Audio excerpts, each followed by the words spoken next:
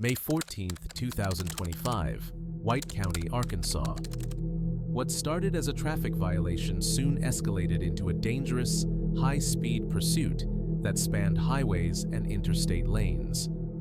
Just before noon, deputies attempted to stop a gold Pontiac Grand Am after witnessing the driver cross the center line and swerve recklessly on Highway 385 near its intersection with Highway 13. Instead of pulling over, the driver accelerated, refusing to comply.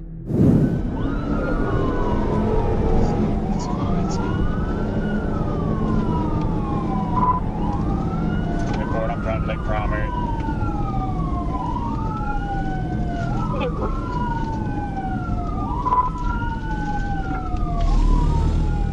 White County's trying to box him in. I'm behind him. The pursuit quickly shifted onto Interstate 57, heading southbound. By the time a state trooper joined the chase at the 45-mile marker, two deputies were already in hot pursuit. Officers attempted to box the suspect in, but the driver pushed harder, weaving between lanes at speeds reaching 110 miles per hour.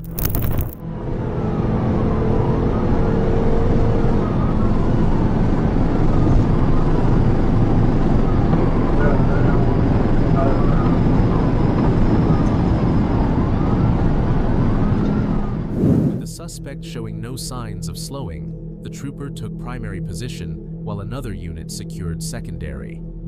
The chase intensified, with officers coordinating closely as the Pontiac tore down the interstate. Around the 41-mile marker, the trooper executed a tactical vehicle intervention, or TVI, a controlled maneuver designed to end pursuits safely. The suspect vehicle spun several times counterclockwise before slamming into the cable barrier. The Pontiac came to a rest, disabled in the inside lane and facing sideways across traffic.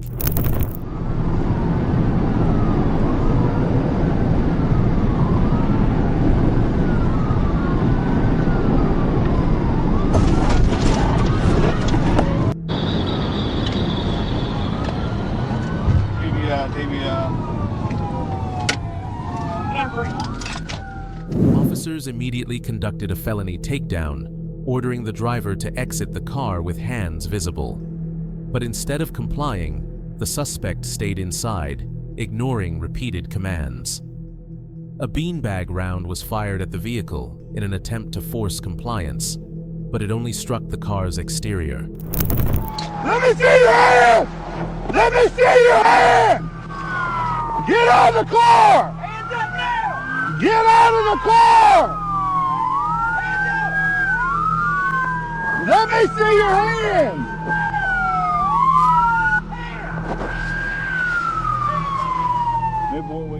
Moments later, the driver stepped out, clutching a beer bottle in one hand.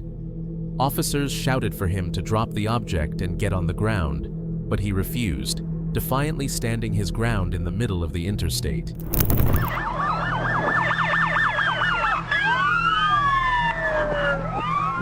A deputy then deployed a taser, striking the suspect. The electrical charge caused him to stumble against the vehicle before collapsing to the ground, where he was quickly placed under arrest.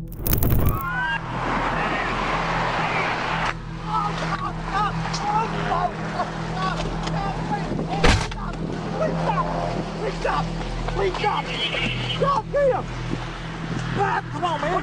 Put your hand behind your back. Don't move. Kill me, man. Don't him.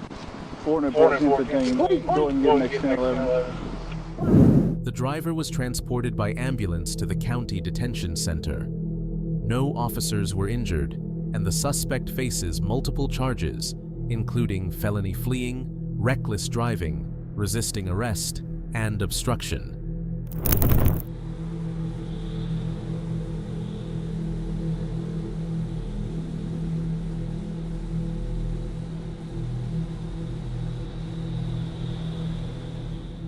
December 18, 2024, Caldwell County, Missouri. A routine patrol quickly escalated when a state trooper spotted a white Chrysler 300 speeding toward him on a rural highway.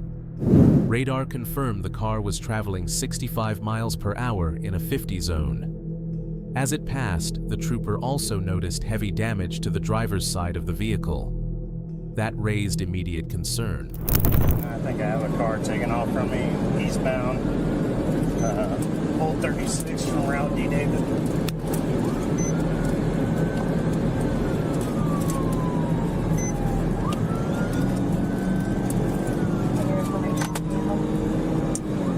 It's a white Dodge Avenger. Driver's side has extensive damage on it. It's definitely trying to get away from me. I can't. That's probably, I'm probably 2 miles back.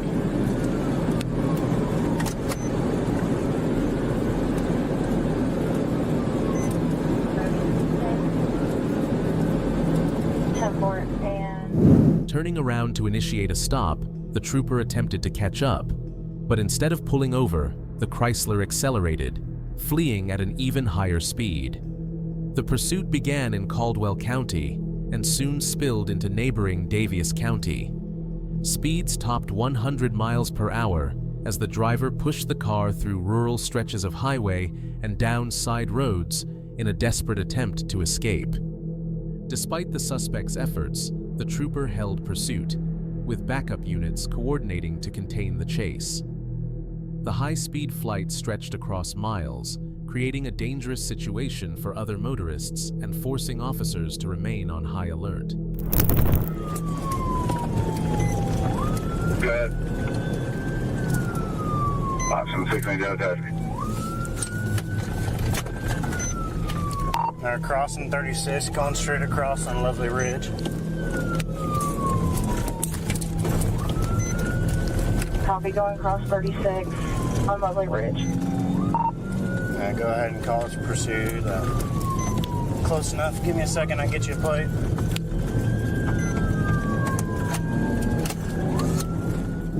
After an extended pursuit both on and off paved roads, the suspect finally slowed.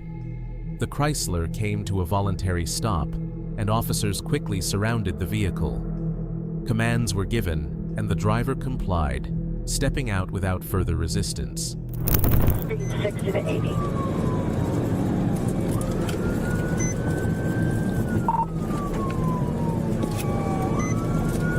He's slowing down to 40. Copy, slowing to 40.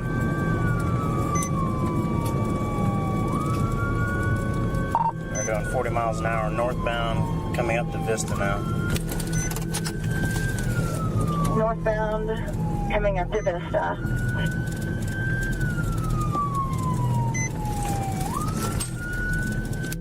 Looks like 2 occupants.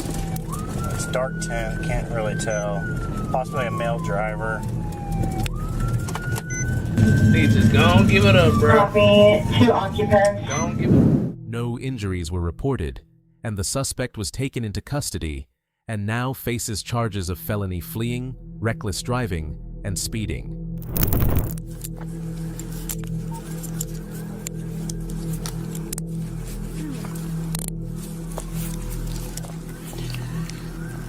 .372 San Diego, got 2 in custody. Copy, 2 in custody. 440 23. 440, 23. You don't have anything in it? August 5th, 2025, Fort Smith, Arkansas. What began as a late-night traffic stop attempt quickly escalated into a multi-agency pursuit across city and county lines. Just before midnight, Van Buren police officers attempted to stop a red Chevy Impala on Highway 59. The vehicle refused to pull over, reaching speeds of nearly 100 miles per hour as it headed south toward Barling. Let them know I'm going to be taking over the property.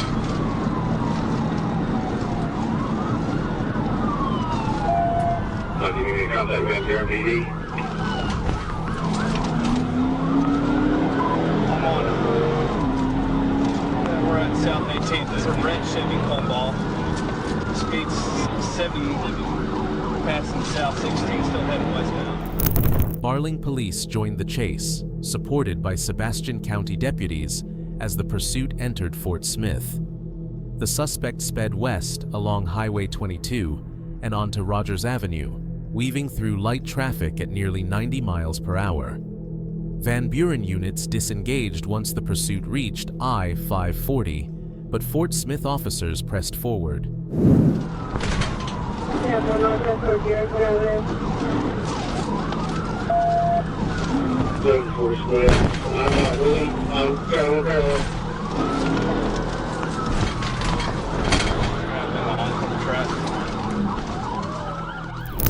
An officer attempted a tactical vehicle intervention near South Albert Pike Avenue, but the maneuver failed. The Impala pushed on, cutting through intersections and refusing to yield. The suspect then veered onto North A Street, a one-way road, driving the wrong direction at 75 miles per hour into oncoming traffic.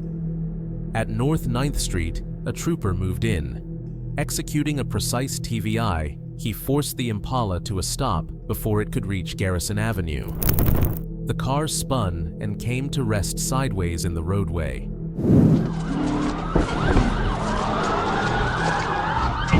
Get out of the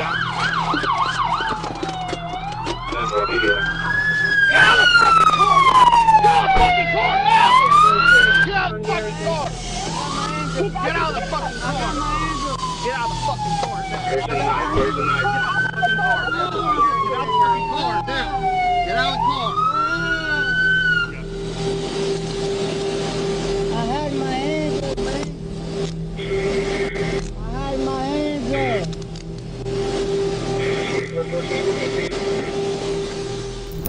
Officers moved in for a felony stop, ordering the driver out. But the suspect refused, passively resisting commands. The trooper opened the door, unbuckled the driver's seatbelt, and physically pulled him out. During the struggle, the man's eyebrow scraped against the patrol car before he was brought safely to the ground and handcuffed. You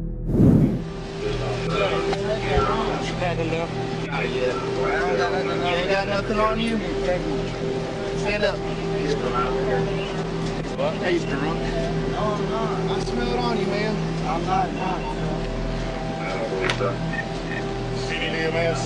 Yeah, if you could call them.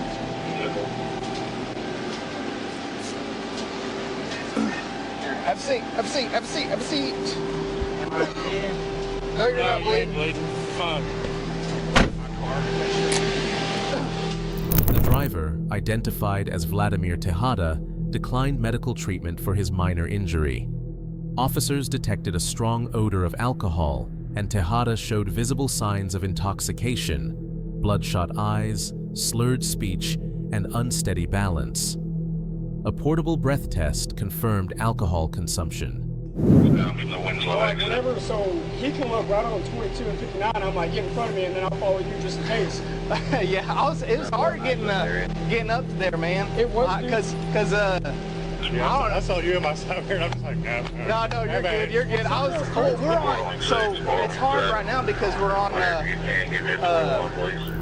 At the hospital for medical clearance, Tejada refused to complete his rights form. He also refused to cooperate with license suspension paperwork. His refusal was documented as non-compliance.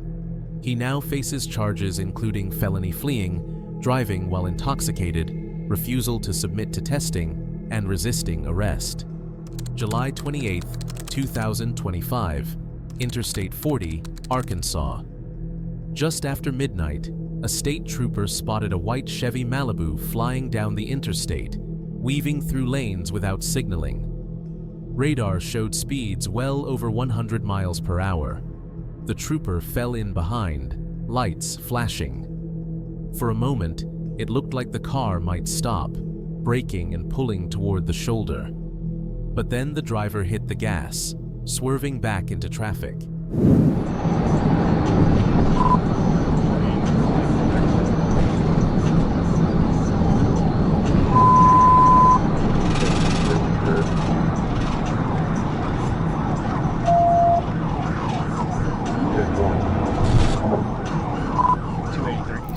The pursuit was on. At more than 110 miles per hour, the Malibu became increasingly aggressive. As the trooper attempted a tactical vehicle intervention, the suspect veered sharply, trying to run him off the road. First contact was made with the rear quarter panel, but the Malibu held control.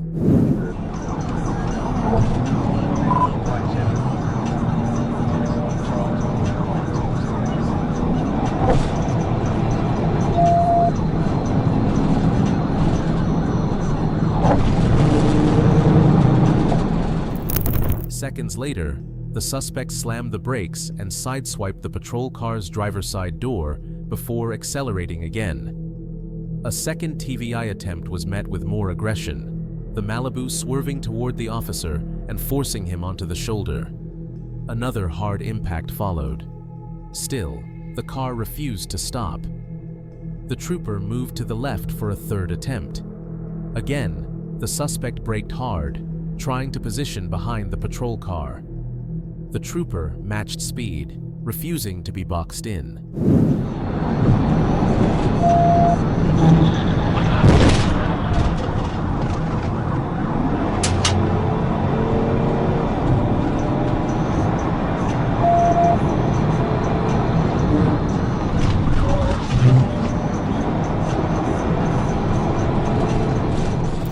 Moments later, the Malibu shot onto the outside shoulder.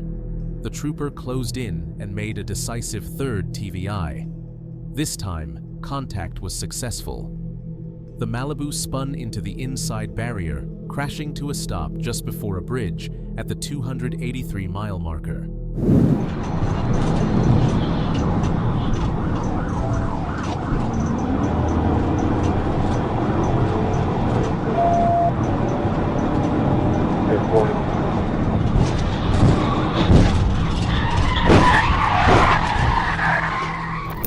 Positioning his car, the trooper issued commands. No response came from inside. Backup soon arrived, and the occupants were removed from the vehicle. The driver was identified as Charles T. Glover, with a female passenger beside him. What? Get on! Oh, walk back! Get on! Walk back! Keep coming! Keep coming! Keep coming to the side of my porch! Keep coming! Keep coming! To the side of my porch! Keep coming! Come over back to your right! On your knees! On your face! Hands stretched out! Cross your feet! Right over left!